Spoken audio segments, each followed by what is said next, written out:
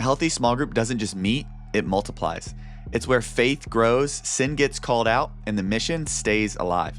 In this video, we're going to talk about the 5 things that every thriving small group has in common. Whether you've been in youth ministry for days or decades, one thing is clear: small groups make or break a youth ministry.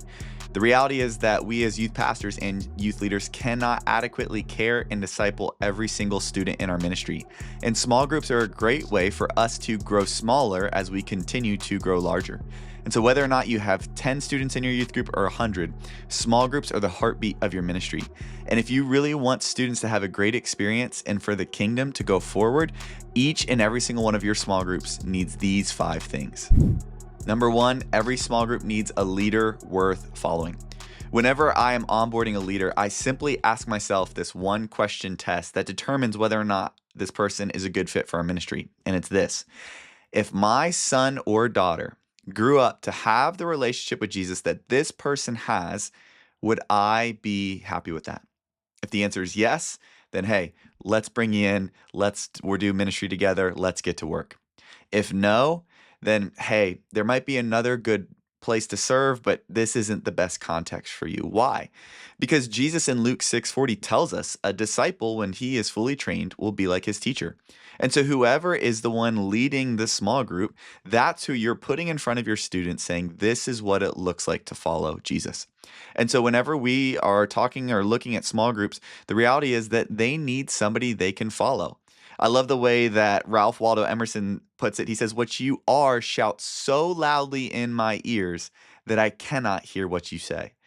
In essence, hey, I look at your life and I see what you're doing, and that's really what shows me more about what it's like to follow Jesus than the words you say.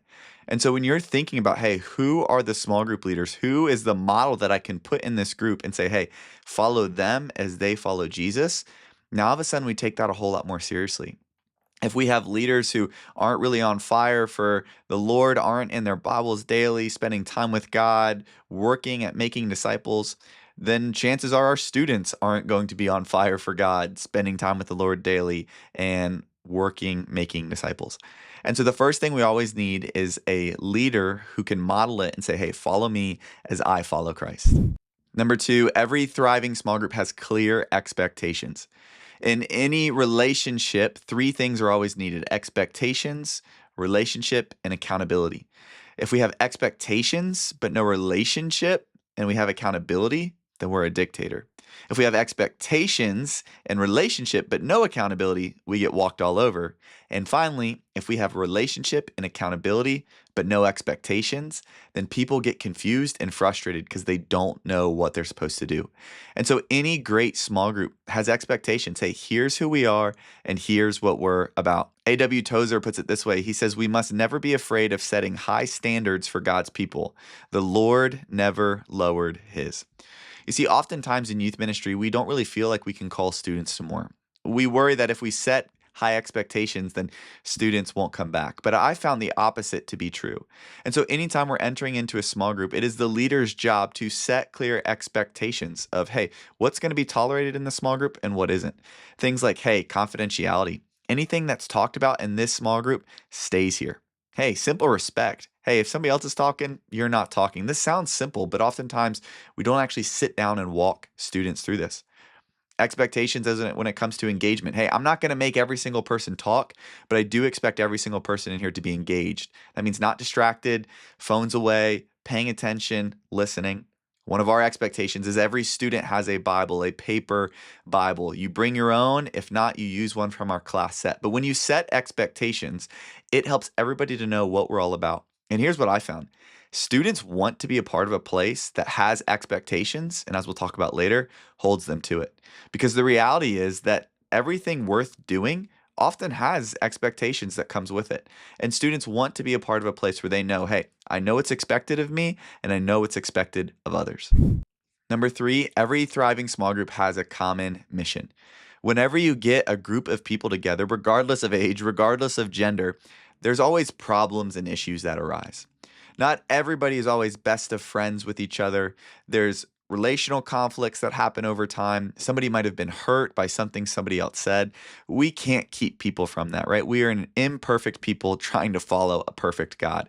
But when we have a common mission, it allows us to put aside those things that aren't necessarily unimportant. We have to deal with those, but they're not the main thing. Leonard Ravenhill says it this way. He says, "The man who has a mission clear before him does not have time to quarrel over trifles." You see, when we really understand the mission, then hey, it's not about just keeping everybody in the group happy. It's really about making disciples who make disciples, and we call students to that. And so now, hey, the fact that everybody isn't exactly maybe best friends, but everybody is loving towards one another and gets along, hey, we can still go after the same mission.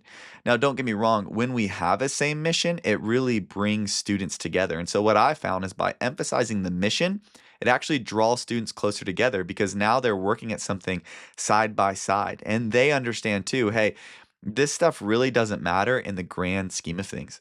It also protects your small group from getting down rabbit trails and questions that really don't matter much. I found oftentimes that groups that spend a lot of time talking about secondary issues are normally the ones who aren't super busy making disciples. We can become so focused on things that don't really matter if we don't keep the main thing the main thing. And so, one of the ways that we keep the mission, the central focus of all of our small groups, is by asking one simple question every single time we meet. No matter what the large group topic is on, no matter what passage we're diving into, it's the same question every week. Hey, who would you share the gospel with since we last met, and how did it go? We want to hear the good, the bad, the ugly. There's been many times where I've asked that question and hey, it's crickets. Nobody has a response. But oftentimes it's, hey, hold on. Okay, not everybody can share this week because we do need to get to our discussion. You see, students understand, hey, this is really what we're all about. This is not a feeding ground. This is a training ground. Our job in Ephesians 4:12 is to train you up for the work of the ministry, not to do the work of the ministry for you. And so when we keep the common mission in mind in small groups, it actually draws us closer together and helps us to put aside the things that maybe we disagree on.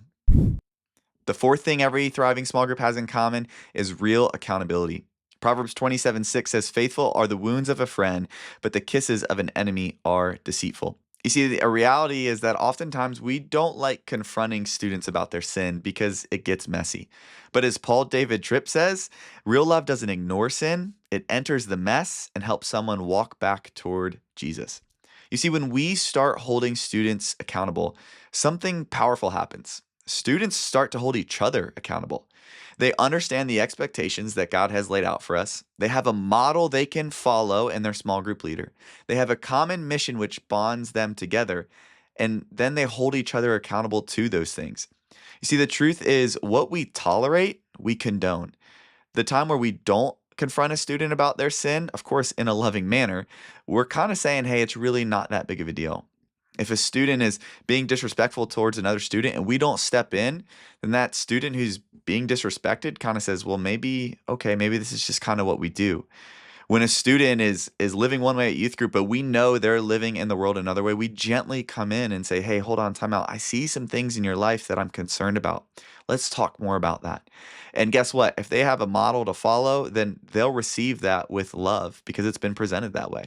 And so the truth is that it's our job to hold students accountable, and we make sure that they know, hey, hold me accountable. If we come in and we ask that question, who'd you share the gospel with? Guess what? As a leader, I better come prepared with the gospel conversation or opportunity I had this past week.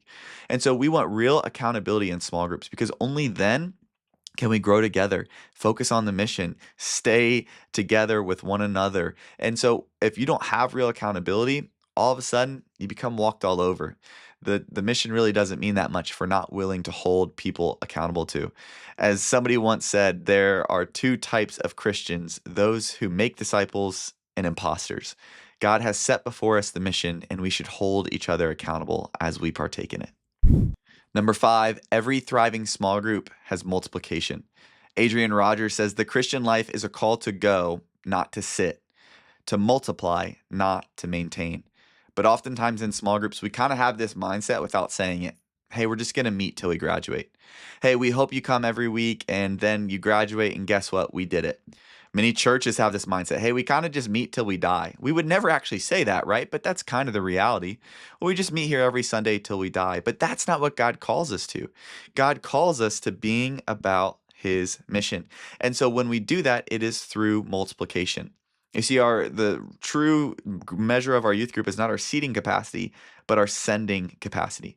And so a thriving small group won't help, but not stay small for long. And we'll have to deal with that when that gets there. But we want our students to know, hey, we want to continue to multiply so that more people can hear the gospel. But oftentimes, small groups have an opportunity or temptation to turn inward. They become focused on, hey, I'm with the people I like and I don't really want anybody new. Hey, maybe we develop a little bit of a clique because we've been together so long and nobody else really feels like they can come in and be a part of it. We want to be focused on multiplying. We want to turn them to have an outward mindset because, as Greg Steer says, if we have an inward mindset, things can get spiritually inbred. And when things get spiritually inbred, they get real weird real quick. And so as we continue to look at this, we want to make sure that we're constantly reminding students, hey, we don't want to stay small for long. We want to grow. And that is a painful process sometimes, but we want to be about the Father's business through multiplication. And so a healthy small group will continue to grow and grow and grow as God continues to grow the student's faith in his kingdom. See, the reality is that healthy small groups don't just meet, they multiply. They hold students accountable. They keep the mission the central focus. And that's a small group worth being a part of and a leader worth following. If you're serious about building groups like that, where students actually lead, where they multiply, where they advance God's kingdom, not just our youth group, we want to help you do that. The best way to do that is to join our free online community, the Youth Ministry Mastermind, that is filled with hundreds of like-minded youth pastors around the country and the globe, all working together to make heaven crowded in this next generation. And so everything is free of charge for you, youth leaders, free resources, free trainings, free community. We'd love for you to be a part of that. So I'll drop that link in the comments. And if you haven't joined already, go ahead and check that out.